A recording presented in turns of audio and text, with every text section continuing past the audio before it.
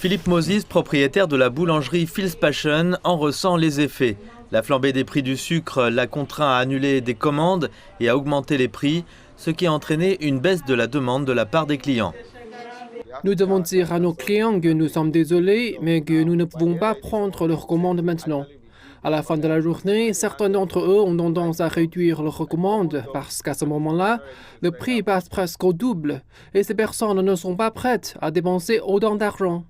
Le prix du sucre au Nigeria a augmenté de plus de 50% en 2 mois, ce qui a eu un impact sur des entreprises comme celle de Liliane Namdi qui vend du sucre, avec pour conséquence une baisse des profits et une diminution de la clientèle.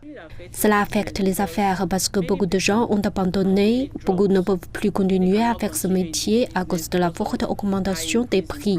De nombreuses boulangeries ferment leurs portes. La faute aux conditions météorologiques défavorables dans les principaux pays exportateurs de sucre, comme le Brésil.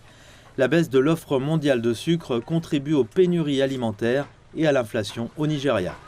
Les conséquences reviennent aux différents ménages car les consommateurs sont les utilisateurs finaux du produit et au final, ils paient un lourd tribut. Malgré l'interdiction des importations de sucre raffiné au Nigeria en 2021, le pays reste tributaire des importations. L'économiste Aliyu Youssouf souligne la nécessité d'une production locale pour garantir des prix abordables.